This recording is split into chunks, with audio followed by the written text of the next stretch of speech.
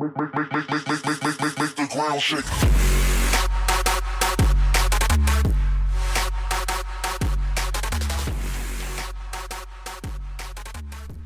Hello everyone, got a 2018 Toyota Tacoma here. I'm going to be doing some work on. Going to be replacing this factory radio with a Kenwood double din, and then also going to be doing new speakers in the front components and also new speakers in the back. And yeah, so let's get started here. Alrighty, so I'm going to start with taking this radio out here. I've already written down all the customers' presets and everything. I already ejected the CD. Thankfully, these trucks are pretty easy to take these dashboards out and the radio out. Set that aside.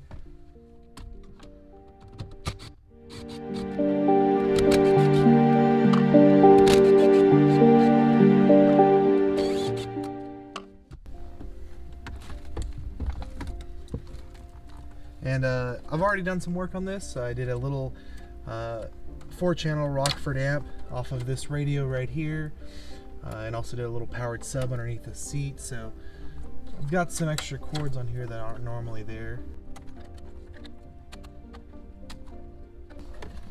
You can see this right here is the T harness I made.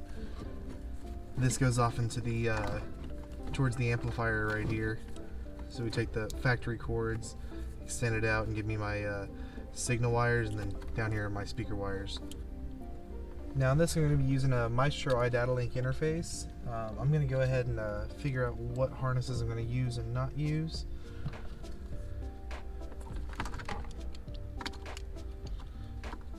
So I got 1, 2, and 3. One more. Hopefully camera. 4. Right there. So it looks like these right here are the same, because that's part of my T harness right there. So I'm going to be utilizing all the big plugs here. I've also got USB for the factory USB right here in the center console. Also retaining a satellite radio here for that harness. And right there, I've got satellite radio, got USB. So it looks like I've got everything right here. Let's move on to taking a door panel off. This door panel is pretty straightforward to take off here. Pop a little cover off. There's a Phillips head. Pop the cover off down in there. There's a little Phillips head. Lift the window controls up. Take this off. Take that off. Whole door panel unsnaps pretty straightforward.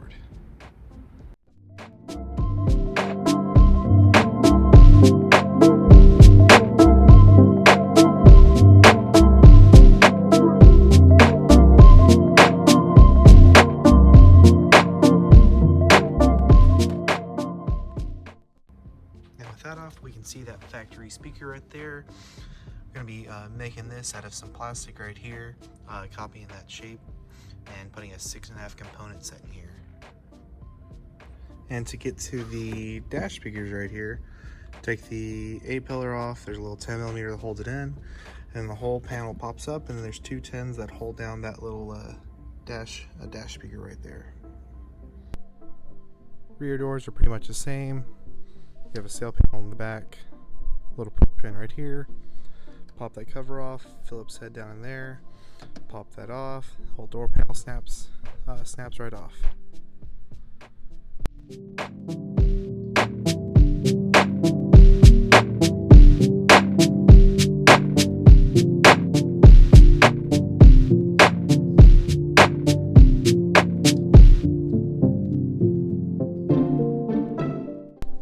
The rear doors right here. Now I'm gonna take all my speakers, my rear, my front, and the dash speaker, and gonna go ahead and make some speaker adapters out of some plastic. Alright, so right here I've got some 1/2-inch expanded PVC. We've got some more over there. I'm gonna see what all I can get out of my scraps right here. Like to try to line up. It looks like I can probably get one of the fronts right here and maybe both of the rears out of this. And so what I like to do is kind of get right up on the edge of one of the other cutouts that I have right here. I'm going to draw it out with a Sharpie right here.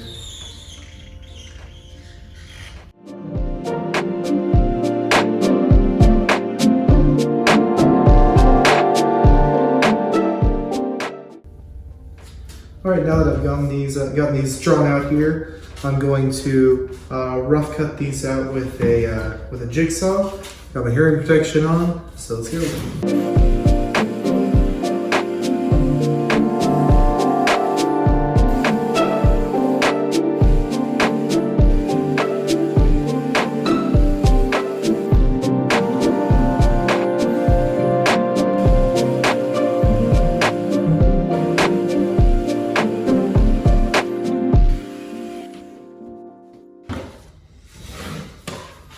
And there you have it. There's my rough cut pieces right there. I'm going to go ahead and cut this last front speaker out of my other sheet of 1/2 inch right there.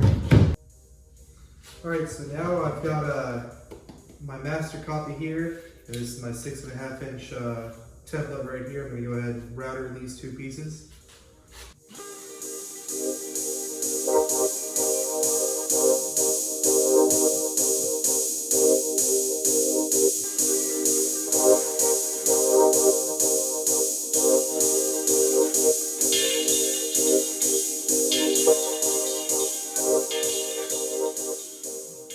Alright, now that I've got all my speaker baffles cut out here,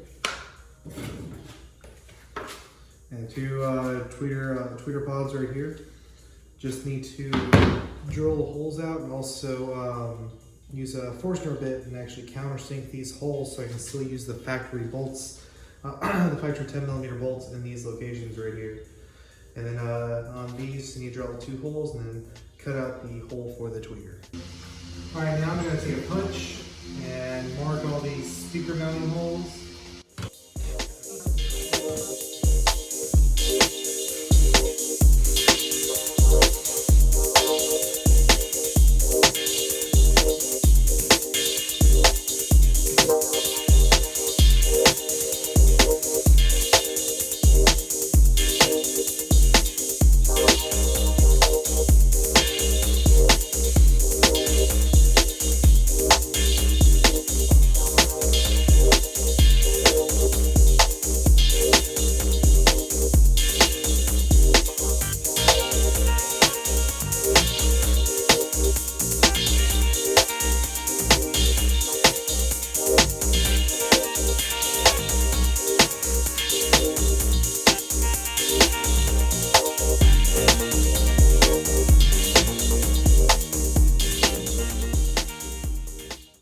Real quick, just going to go over the speakers that we're using. I've got the Rockford Fosgate T1650-S. S means components. Right inside here, we have crossovers.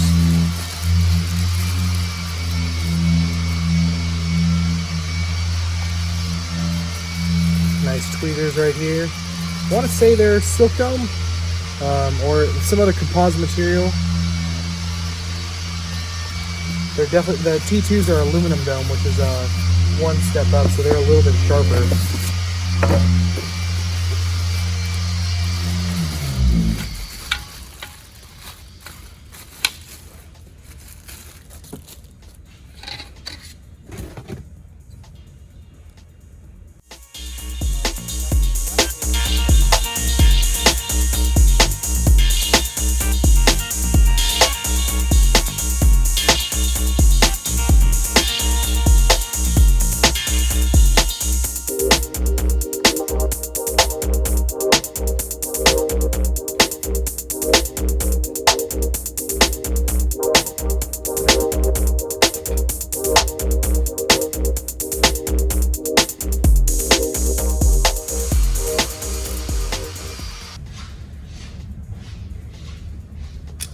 Right here, mounting up the tweeter into my ABS tweeter mount right here.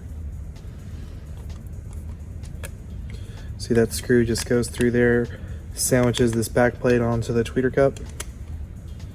Can't tighten it up too much. You can pull this together and it'll actually crack. Now you're going to pop the tweeter in place on these Rockfords here. Little detents for where the terminals are.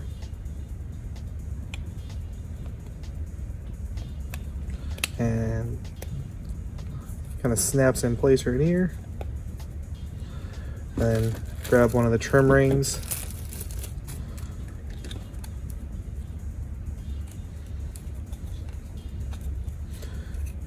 and just like that.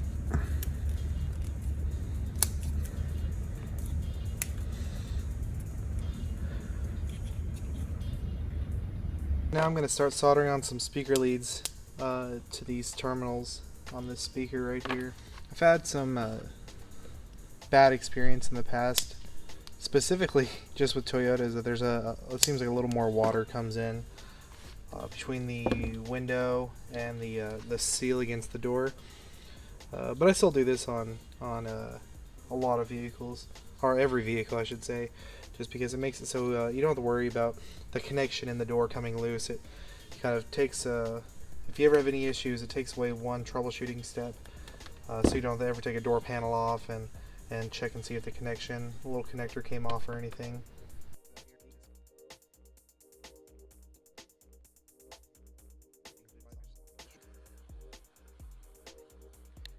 Don't know if I showed this earlier. These are the T1650s, just a component version of the T1650-S's right here. These are really nice because you can get a good angle to actually get a little more tweeter coming out of the rears, have them firing up a little bit better than one that's just normally pointed straight out like that.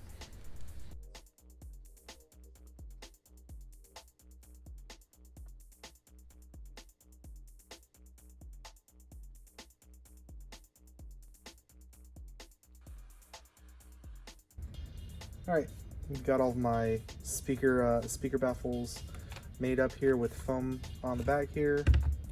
Got my tweeter pods ready. Time to start putting some speakers in this truck.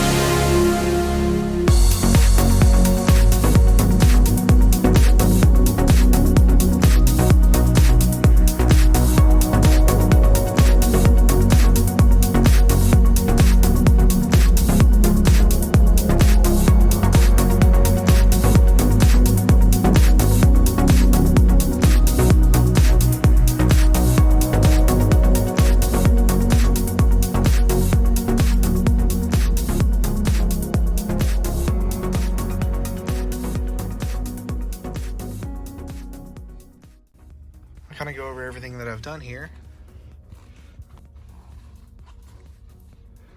Here's some of the stuff for the install of the radio.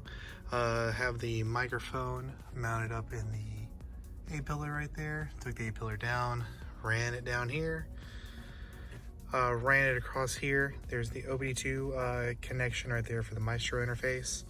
And these two wires right here are actually for the amplifier right there that I mounted in the dash. Mounted up to that factory bracket, made a nice little amp rack right there. And those run up and connect to the factory speaker wires behind the radio there.